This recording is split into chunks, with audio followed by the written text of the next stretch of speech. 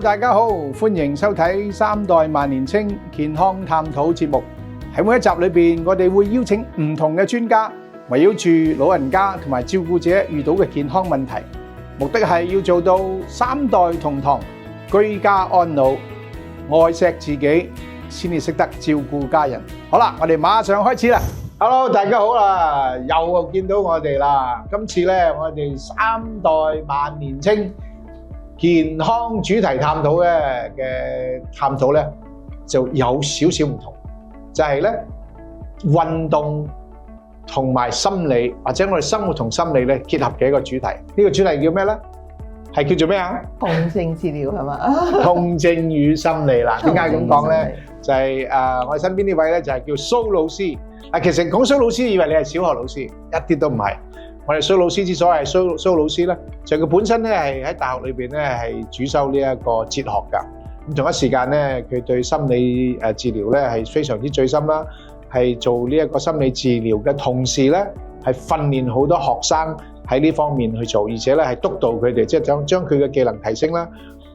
所以喺呢方面咧，個個人都叫做蘇老師。如果唔知嘅，以為你真係小學老師，其實唔係，一啲都唔係小兒科嚟㗎。係今日嘅主題好重要。因為我先翻轉頭啊，另一位咧就係乜都大嘅。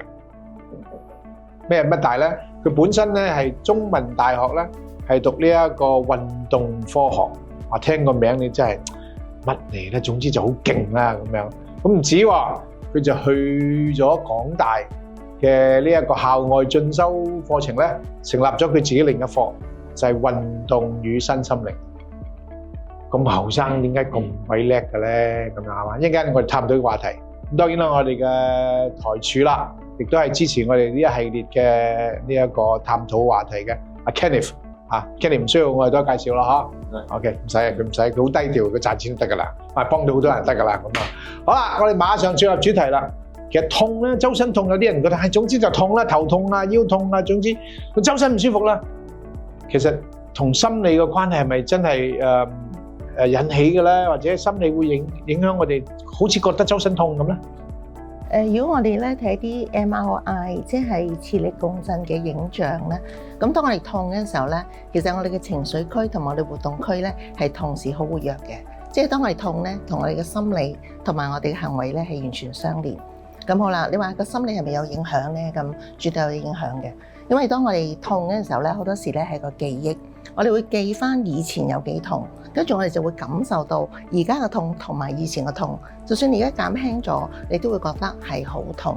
所以咧唔好睇嗰啲 X-ray 片啊！如果你睇咗之後咧，你記住嗰個樣或者個骨折或者嗰條骨刺係已經刺咗喺裏邊，咁你就時時都覺得佢好痛噶啦。所以咧就係將佢啲影像模糊咗佢，要記住咧啲血咧係不斷運行緊嘅，嗰啲細胞咧係活躍緊嘅，咁你個痛咧就會慢慢唔痛。即係記得啲開心嘅、舒服嘅、健康嘅畫面，就唔好成日記住自己好慘啊、裂咗啊、痛啊、張開未埋翻啊，咁諸如此類呢啲咁嘅痛狀，或者我啲朋友痛得好慘㗎，我可能都係咁樣，即係唔好將自己變咗一個 victim 啊，即係令到自己更加痛，係咪咁意思啊？係啦，仲有咧就係話唔好成日講俾自己聽好痛，當你好痛嗰陣時，好痛咁佢就痛，因為我哋嘅注意力，你注意住佢痛，你就會更加痛。咁所以咧，我哋嘅注意力，我哋要離開嗰個痛位，同埋我哋嘅言語唔好講好痛，我哋話輕咗，越嚟越減少，或者係越嚟越輕，舒服咗。咁呢個咧就係説話去令到自己減痛，跟住我哋要將佢隔離喎。咁我哋可以咧，當呢個痛症係一個細路仔咁，乖啲，乖，冇事。咁我哋嘅心裏邊咧有一個隔離嘅感覺，同埋咧有一個咧令到佢舒緩嘅説話，咁呢個痛就會用心理嘅嗰個方式令佢減輕。哦，我好想再問落去嘅，不過咧我即刻諗到一個話題啦，就係運動員咧好似唔識痛咁樣嘅。係咪運動咧可以令到我哋對痛有另一個嘅心理生理反應咧？咁回應翻啱啱蘇老師所講啦，咁我係好認同嘅。咁其實如果喺運動嘅時候咧，你嘅專注係擺喺你嘅身體嘅喐動嗰度啊嘛，亦都會令到你本身專注喺痛楚嗰一個嘅意識啦，已經係調度到去你身體唔同嘅部分。咁同時之間咧，做運動咧係可以幫你降低到個皮質醇啊嘛。嗯如果你成日屈喺屋企度好緊張啊，我好痛啊好痛啊，咁其實你所產生嘅皮質醇咧會令到你啲炎症更加嚴重，咁就實質上咧都令到你難啲去消炎咯。咁反之有適量嘅運動緩和咗個情緒之後，其實我哋嘅身體咧都會有一個機制去慢慢去調節向住好嘅方向。咁所以我好認同蘇老師所講啦，應該係抱住一個積極正面嘅心情去面對呢一啲痛症。咁講到呢一點咧，譬如我哋痛有好多種啦，譬如頭痛啊、身總之就係好唔舒服啦，身體個都痛，肌肉嘅痛就係頭先講啲運動有幫助啦。譬如如果我真係有關節嗰啲痛咧，同我哋心理方面點樣有產生呢個幫助咧？嗱，我可以講一個例子啦，譬如頸痛啦。其實頸痛咧，頸同我哋嘅呼吸咧係有好大嘅關係。咁如果一個病者咧，佢個情緒好緊張啦，佢自然個呼吸咪好急促咯。佢呼吸急促，咪引致佢頸部嘅肌肉、肩部嘅肌肉更加收緊，咁咪形成一個惡性循環咯。咁喺呢個 case 入邊，我哋可能咧都會建議個病者去做一啲深呼吸啦，或者去做一啲放鬆嘅練習，等佢慢慢個身體咧回復翻一個平衡嘅狀態，自然就離開咗呢一個惡性循環啦。哦，咁樣，咁咧呢個話題咧就你睇下 Kenneth 望住你，哇！真係掂喎，不過咧點掂都好啦，佢個腦喺度諗緊，Demba 都係咁嘅啫，就係你瞓喺度，你話知你係骨啊、腦啊、心臟啊，邊度痛都好啦，佢哋有佢嗰個解決嘅方式嘅。呢個方式咧就叫做咩共振話？水分子共振。水分子共振係。佢個原理係點樣咧？有一個好低頻嘅脈衝，然後就帶動到佢一個範圍之內嘅所有水分子，會產生一個振頻嘅。係。而呢個振頻就係可以令到我哋嘅血管即係身體改善血循環啦，血液入邊體內嘅水分子納米化咗啦，納米化咗亦都令到更多嘅氧氣養分出入我哋嘅細胞啦，咁改善身體嘅。係聽講咧，即唔係聽講，我睇過真實嘅報導啦。喺日本咧，因為 Demba 喺香港都好新嘅，1年左右啫。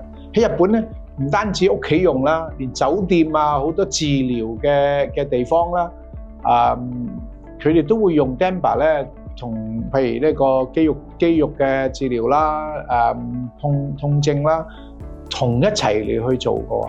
點解能夠有咁大嘅，令到咁多日本人都咁瘋魔咧嚇？係嘅。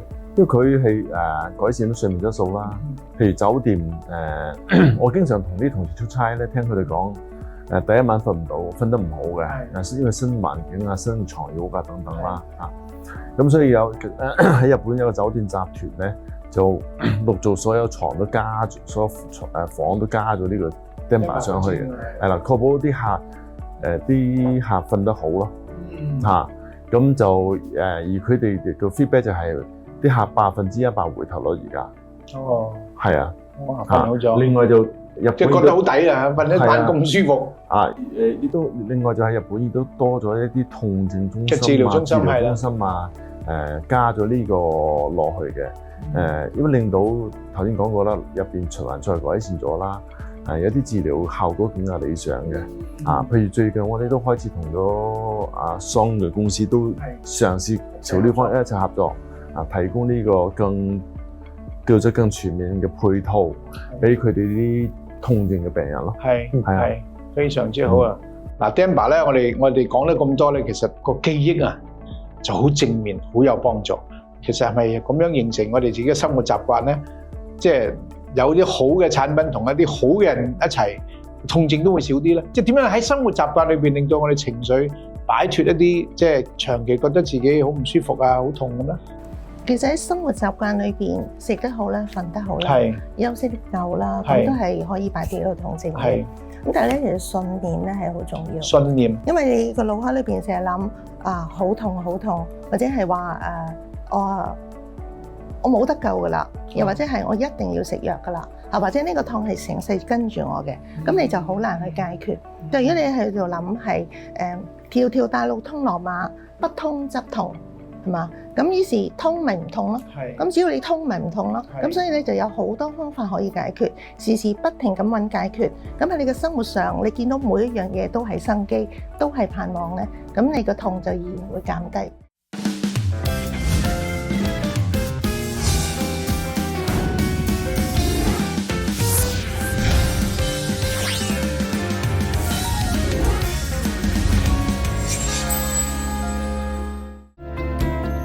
Hello， 大家好，歡迎收睇三代萬年青健康探討節目。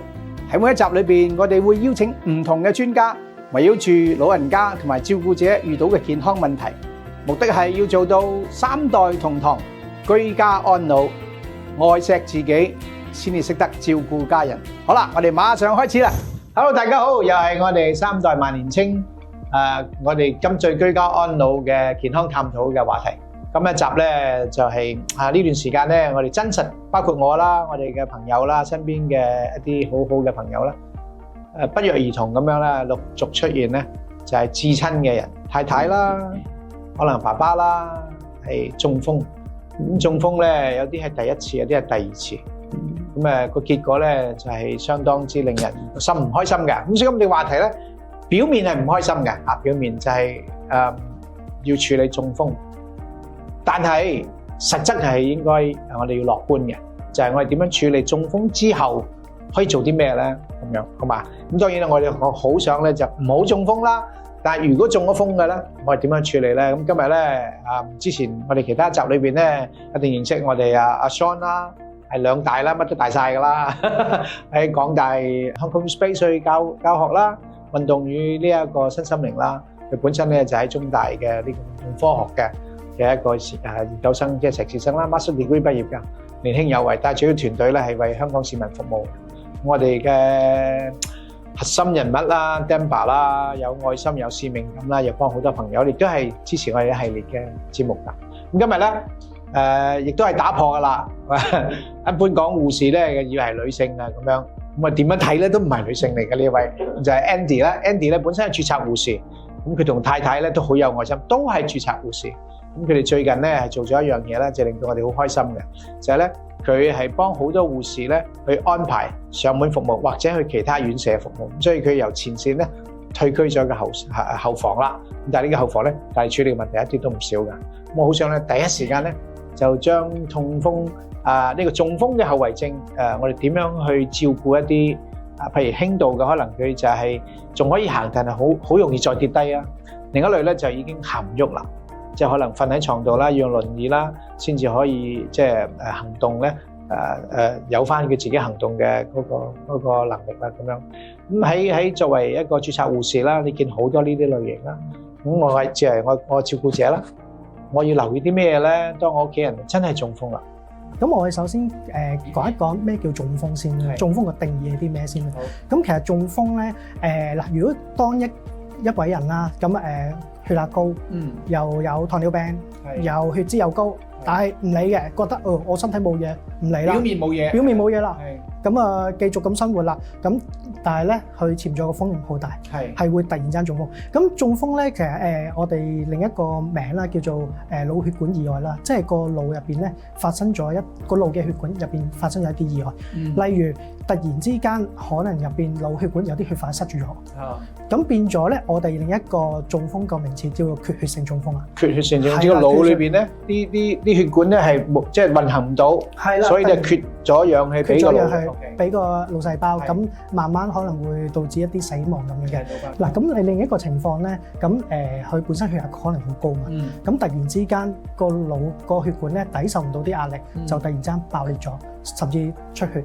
呢叫爆血管咧，簡單啲。係啦，咁俗稱為爆血管，其實係一個出血性中風。出血性中風。係啦，咁無論缺血性中風又好，出血性中風又好，都係一個中風。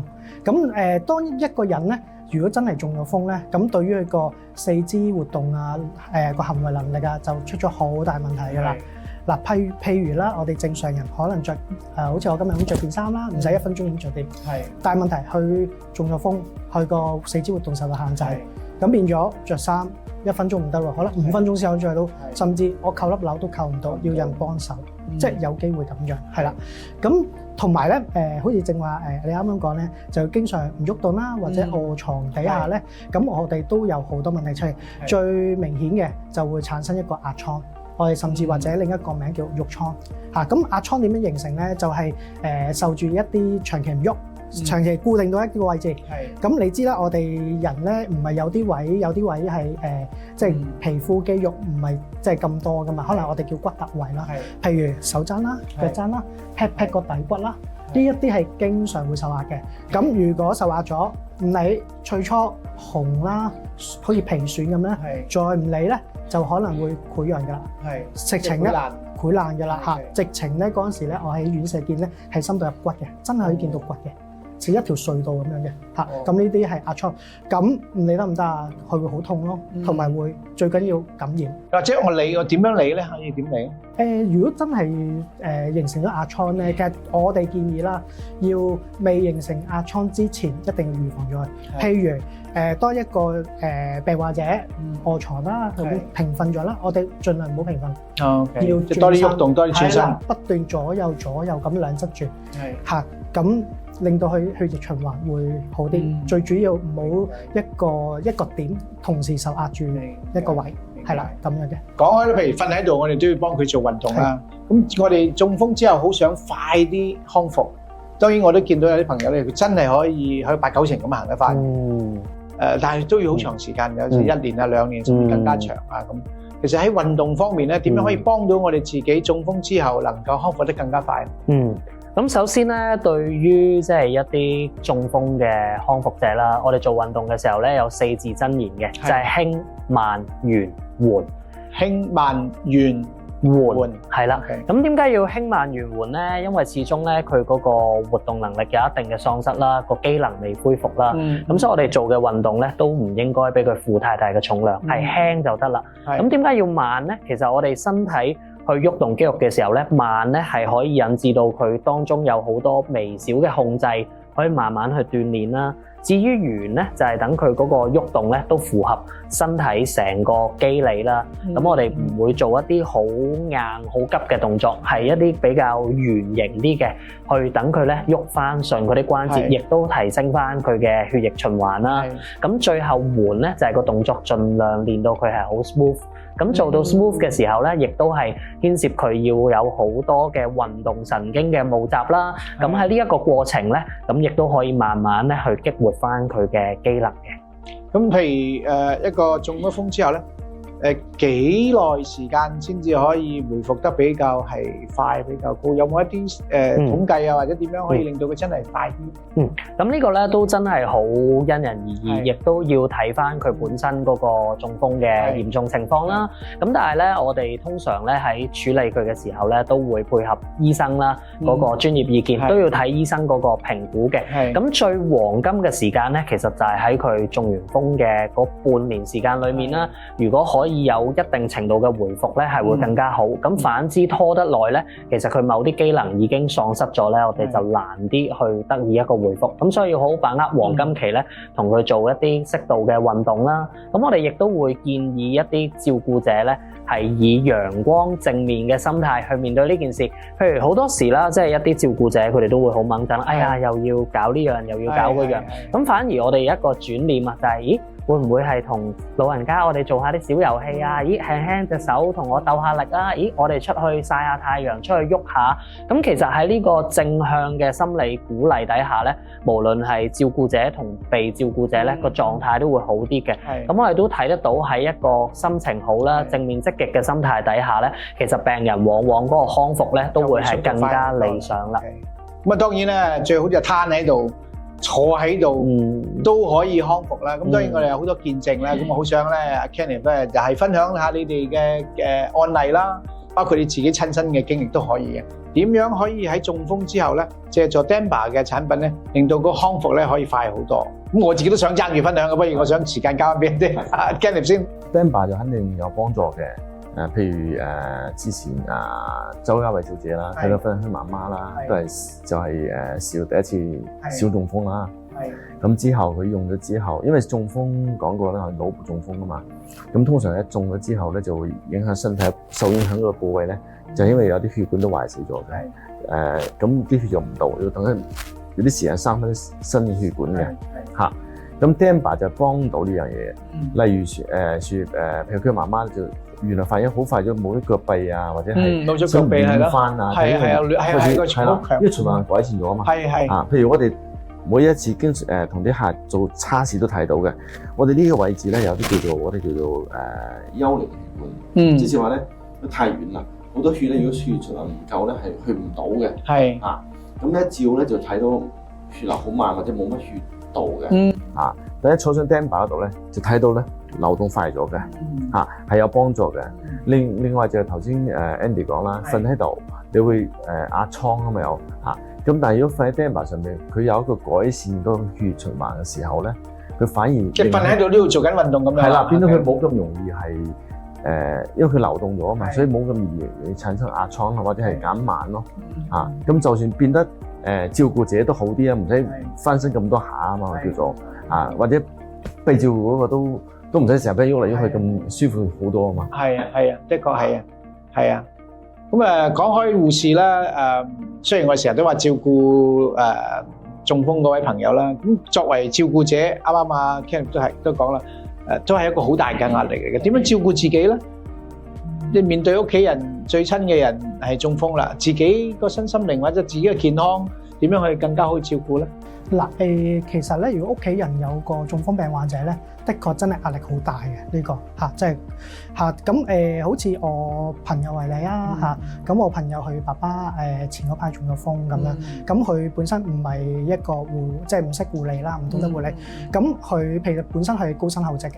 但係佢都要焗住放棄咗份工，要照顧全日差唔多好似24小時咁樣照顧。但因為佢爸爸嗰個都比較嚴重嚇，但係佢又唔忍心即係去安老院舍啊，唔想好似覺得唔要佢爸爸咁樣嘅激個感覺咁嚇。咁咧咁我哋都建議佢咧可以請一個工人姐姐啦，照顧佢啦，又或者佢上一啲護理嘅班嚇，學識一個護理。譬如好似正話講話，佢爸爸直情臥床唔喐啦，點樣學識翻身，學下一啲個壓點喺邊度嚇，咁就可以希望預防咗佢冇壓瘡形成先啦嚇。咁另一方面咧，可能我哋都建議佢就可能聘請一啲物理治療師啊，幫佢做一啲按摩啊，係啦，按摩啊，或者一啲鬆弛嘅運動，令到啲手腳咧唔好太過萎縮，因為一耐咗唔喐咧，佢啲肌肉會萎縮。咁Demba啦，係啦，咁樣咯。咁同埋咧因為有時中風病患者咧，有時可能都破壞咗個吞嚥問題啊嗰啲嘅嚇，咁變咗咧佢食嘢方面咧就唔似我哋正常食正餐，咁照顧者咧就可能要學識點樣餵食啦，點樣幫佢餵食，即係可能都將啲餸攪碎佢變碎餐啊，或甚至打糊餐啊，或者飲水嗰時咧可能要加鹽固醇啦，以免去逐親咁樣。明解啦，好嘅運動同埋一個好好嘅工具嘅幫忙咧。其實做仔女嘅咧，嗰個壓力咧一啲都唔細嘅，咁就可以舒緩自己壓力啦。同埋咧，其實Demba張氈咧，自己都可以坐嘅，你可以瞓。